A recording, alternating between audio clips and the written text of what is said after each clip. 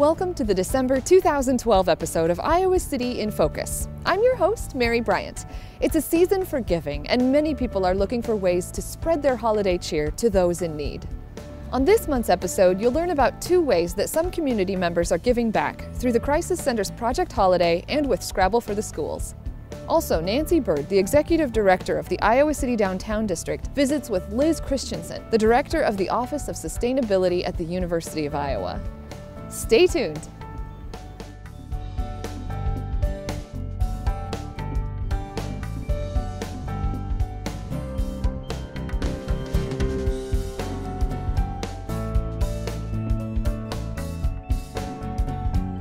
Hi, I'm Nancy Bird. I'm the Executive Director with the Iowa City Downtown District.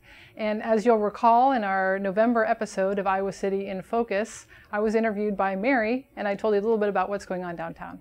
Well, this month I've asked Liz Christiansen here from the University of Iowa to be my interviewee. She's the Director of the Office of Sustainability. The university's program has been going on since 2008, and I believe she's the first director. Yes. And I'm glad to have her on board. Liz, thanks for agreeing to this interview. Sure. Can you tell us a little bit about yourself and what sustainability means to the university? Sure. I started at the university in December 2008. We opened the Office of Sustainability at that time. In 2008, President Mason made a commitment to the campus and to the community and stated that sustainability will be a central part of everything that we do on campus. It will be part of our operations, part of our academic mission, part of our research mission, and part of our outreach and our partnership mission. And so since then, I've been working to sort of bring all of our sustainability efforts together and sort of in focus underneath the aegis of our office, and work on meeting our 2020 sustainability targets. Sustainable development is development that meets the needs of the present without compromising the ability of future generations to meet their own needs. So we take that into consideration when we go through our decision-making process. Some of the sustainability principles that we typically apply are adopting a systems approach to planning, building in efficiencies and driving out waste. Waste is a sign of inefficiency, and waste is expensive to manage, and it can compromise public health and our natural environment. So we work quite a bit on eliminating waste, whether that's waste in energy, waste in materials, waste in terms of emissions, things like that. We also like to work with communities and with our own campus community in building resiliency to natural disaster, social disaster, economic disaster. We like to work and be on the cutting edge of sustainability because we are responsible for training a new generation of leaders and thinkers and entrepreneurs. And it's important that we build those skills in them to help build a sustainable society. Can you tell us a little bit about some of the more concrete goals that the university has that you're trying to meet? Sure. Well, we adopted in 2010 a series of sustainability targets that we want to achieve or make major progress toward by that time, by 2020. And they have to do with, our first 4 operational goals have to do with really driving down carbon impact. And the first goal is to achieve net negative energy growth by 2020. That is, to be using less energy in total by 2020 than we are today. Our second goal is to achieve a 40% renewable energy use on campus by 2020. Our third target is to achieve a 60% waste diversion by 2020. We want to do that by encouraging widespread recycling, by going in and targeting certain areas of our waste stream like food waste and diverting that to composting, and then making smarter decisions up front so we're just producing less waste in the first place. And finally, we want to build more partnerships based on sustainability. Sustainability is a wonderful bridge for outreach to our communities, to businesses. I've actually worked with quite a few Iowa businesses to help them in their decision-making process to become more sustainable. And we think that's what we ought to be doing. That's great. So we've got a lot to do, as you can tell. We'll come back to Nancy and Liz in a moment, but first let's turn to the Johnson County Crisis Center and hear about Project Holiday, which provides low-income families with the food to prepare their holiday meals.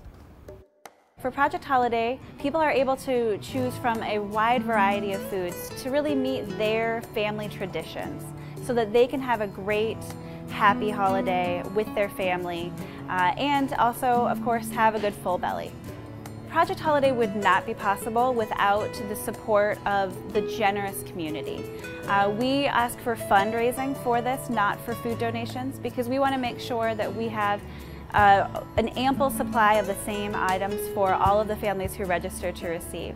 Last year, over 1,200 families received food, and we've already had over 1,200 families register this year. That means we need a lot of each item. So we are asking for monetary donations.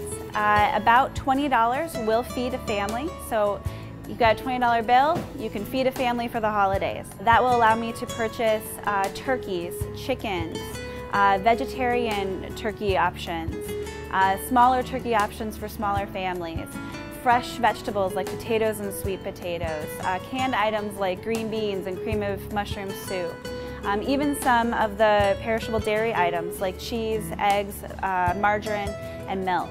A wide variety of items for families in need.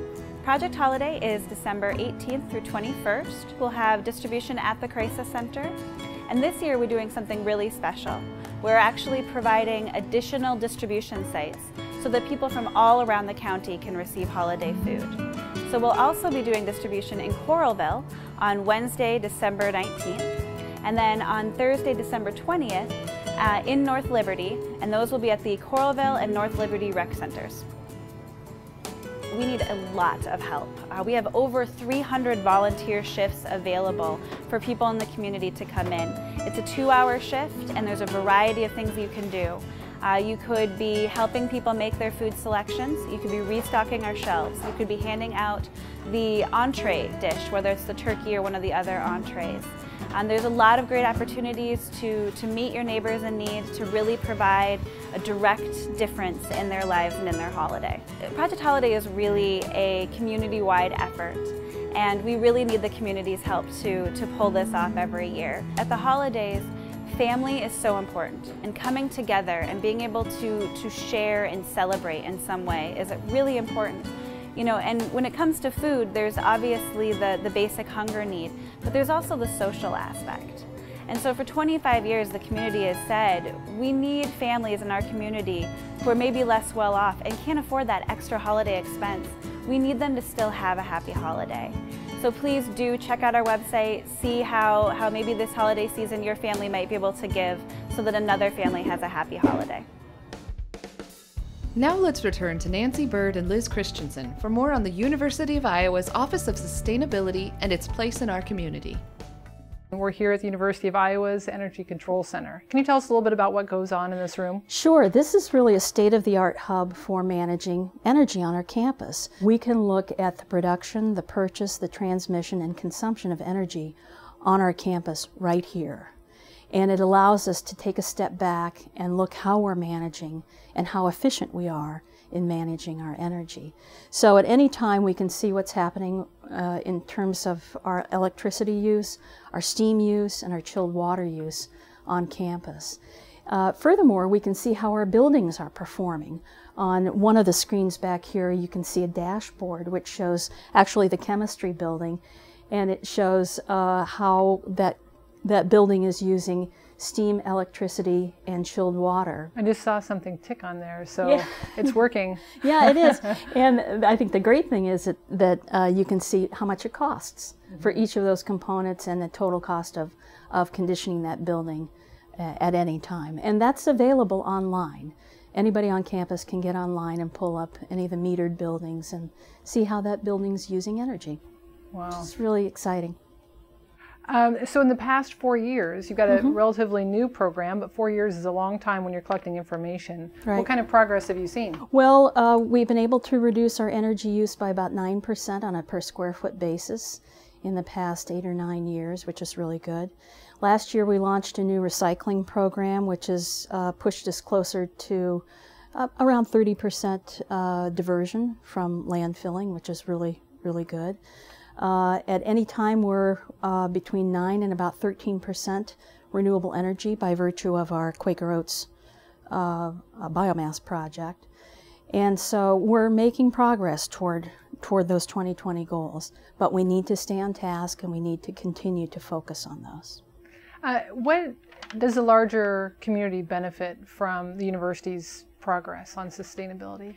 Well, I like to think it's our job at the University of Iowa to bring the world to Iowa and bring the best of Iowa to the world.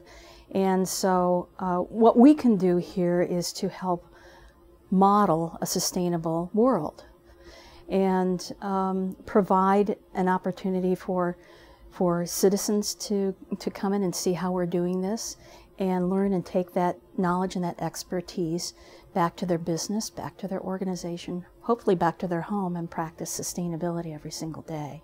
We have a really focused effort, the Iowa Initiative on Sustainable Communities, which is a very focused effort on building smart, strong, sustainable communities here in Iowa. Communities are undergoing changes because of a lot of things. Global climate disruption. We want to welcome new populations to Iowa. We're seeing changes in our economy that are affecting our communities. And this program brings students and faculty and researchers to a community's aid. And they develop a very strong working relationship to help that community plan for the future. That's great. Well, Liz, thank you so much for giving us your time and helping us understand a little bit about what the university is doing. And we're excited to see where you go, and we're going to be watching you reach those targets. All right. Thank you very much, Nancy. You can watch Nancy and Liz's full conversation online at citychannel4.com/video. And now for our final segment, you'll get a glimpse of how some Scrabble enthusiasts are supporting the Iowa City Community School District. My name is Gary Sanders. I'm the president of the Iowa City Scrabble Club, and I'm a substitute teacher in the elementary schools. After seeing Run for the Schools, a friend of mine suggested that we do a Scrabble for the schools as a fundraiser for the Iowa City Community School District. So that's what we're doing here today. I'm Victoria Gilpin, and I am the Executive Director at the School District Foundation.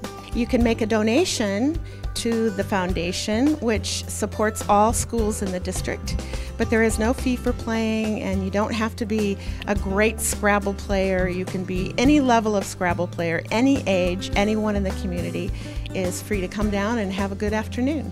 I have to admit that I have not played Scrabble for a very long time, so I would not call myself an avid Scrabble player, but it is fun to play Scrabble. I really think one of the great things about it is it utilizes your mind. It's actually sort of an educational experience, while at the same time, it's a lot of fun.